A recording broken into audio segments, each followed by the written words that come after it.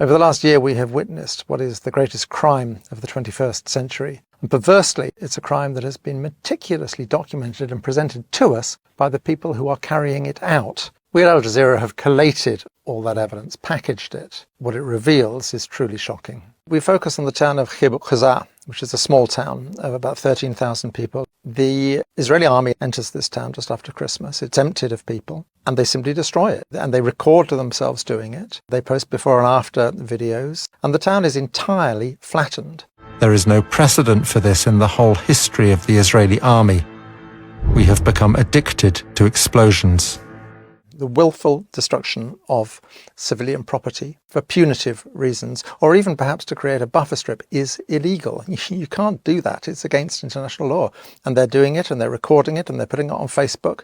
And we know the names of the soldiers and the commanders who did it. They go into the homes of Palestinians, and they're often clearly staying there, and they just smash them up. And they film themselves smashing them up.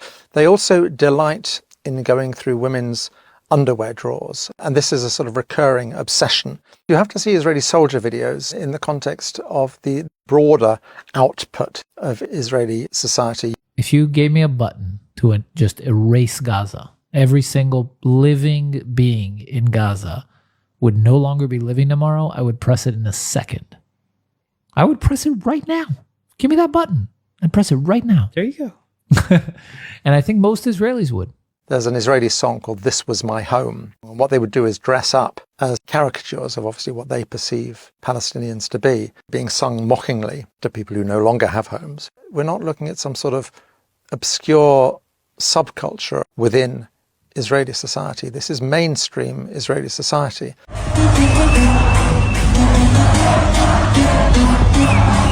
When people tell you who they are, believe them. It's an entire nation out there that is responsible. And we will fight until we'll break their backbone.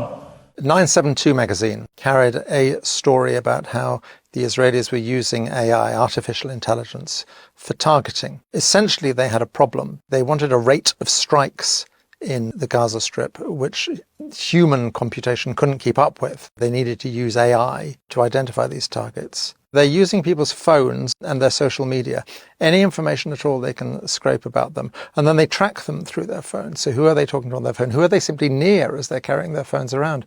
And they have a little league table. And if you accumulate enough points, you can be killed. The terrifying thing is, how do you kill them? Where do you kill them? And they reached the calculation that it's much easier to kill people when they're at home, which is where the second bit of software kicks in, which is called Where's Daddy? The naming is indicative of a fairly dark sense of humour. They track you. Once Daddy is home, they can kill you. And of course, along with anyone else who is in the house as well.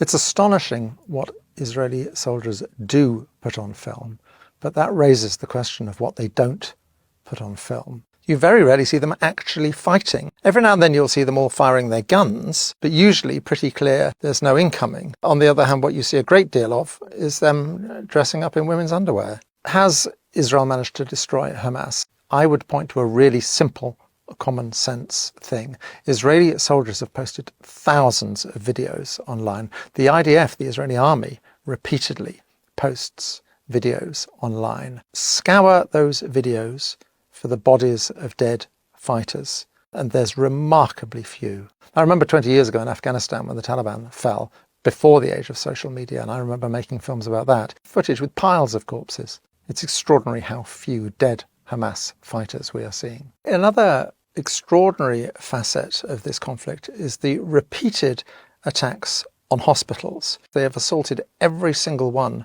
of the 36 hospitals in the Gaza Strip. We have the films of Mohammed al-Halou, a remarkable young journalist who really chronicled the whole story of the Nasser hospital. The Israelis are very keen to drive people taking refuge in the hospital out, to force them further south. They send a messenger into the hospital to order the people there to leave, and they use a detainee And they've made it quite clear to him. They know who his mother is, where she is, and that she will be killed if he does not return. So he does return. They send him back because the people still aren't leaving. People aren't leaving because they don't trust the Israelis. One of the few people who does leave is his mother. She follows him out with a small group of other people, and he's killed in front of her eyes, having used him as a messenger, as a human shield, effectively. They simply shoot him. They shoot him 3 times in front of her eyes and kill him. What is extraordinary about so many of the soldiers' videos is the sense of impunity they have. One particular video is the 202nd paratroopers. When they left Gaza, individuals within that unit put together a video. It's like a commemorative video, and it's edited and it's set to music and so on. It's been up on YouTube now for 6 months. It includes 3 men, separate incidents, men who are shot by snipers. They are putting up the killing of people who are clearly unarmed. And for soldiers to post this in their own names shows a sense that they simply don't have to account for their actions at all. Deaths by snipers are very common in the Gaza Strip, and it's not just adult men. There's a particular shot of a child, a young boy, who was shot at the gates of the Nasser hospital. It's then too dangerous to collect the body. If you're a sniper, you know who you're shooting. You've got very good sights and you know perfectly well what you're looking at. Mohammed al-Helou, he is almost killed numerous times. One of the occasions is he's shot. He's wearing a flak jacket. They've actually managed to hit the thing that says press. One of the dreadful things about working as a journalist and as a human rights worker during this conflict, not only do you not have sort of immunity, as it were, you are positively a target. Detainees are clearly abused when they are first taken prisoner. We've all seen the images of them stripped to their underwear. It's clearly designed to humiliate. We gathered accounts in the Gaza Strip of people being beaten. We have a picture of one man who had a Star of David carved into his back. In a way, for many, this is just a prelude to when they're taken into Israel, to these detention centres. In our film, we have one grotesque eyewitness account of a dog being used to rape someone. لفجأة جردوه من ملابسه السفلية. إجا كابتن كان موجود، إجا زي وضع مادة، إشي حاجة إشي يعني على مؤخرة الشاب، وأطلقوا كان في كلب موجود، أطلقوا عليه الكلب. كلب هذا يعني كيف أقول لك؟ مش مارس الجنس، اغتصب الشاب، اغتصبوه في معنى الكلمة.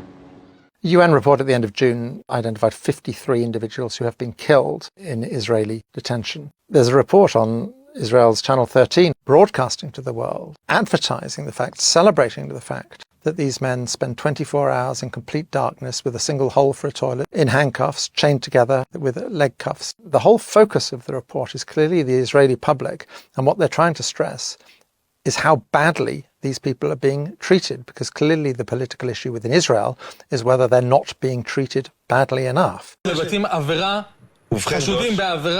של אינוס, בעצור כפות, זה לא מעניין אותך? בגדול, עוד פעם, זה מעניין לי את העכוז מה עשו לאיש חמאס הזה. אני כל הזמן זוכר, קודם כל, הדבר היחיד שמבחינתי הוא בעיה פה, זה שזו לא איזושהי מדיניות מוסדרת של המדינה להתעלל בעצירים. כי בגדול, זה גם, קודם כל מגיע להם, וזה אחלה נקמה שאנחנו צריכים לתת להם. ודבר שני, אולי זה גם ישמש אותנו קצת יותר כהרתעה. No one can hide here. No one can pretend they didn't know what was happening, because the Israelis were shouting it in our faces. The double standards of Western media, of Western politicians, are just breathtaking. I mean, you just have to look at David Lammy and Keir Starmer's response to the Iranian attack on Israel, which didn't actually kill anyone. I utterly condemn this attempt by the Iranian regime to harm innocent Israelis. And they were straight to the lectern condemning it in a way that they have not condemned the Israelis, who have killed over 40,000 people. It's quite clear that the lives of one group of people are worth more than the lives of another group of people.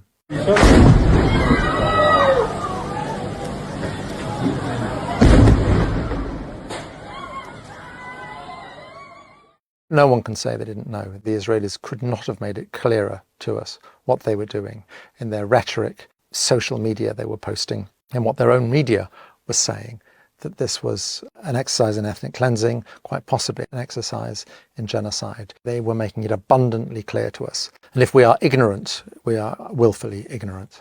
When people tell you who they are, believe them. And the Israelis have certainly told us who they are over the last year. The experience of the last year is testimony to the inadequacy of traditional media in the West, which seems simply to be unable to tell this story as it really is. And it highlights more than ever the need for independent media outlets like Double Down News. And I would urge you to support Double Down News on Patreon.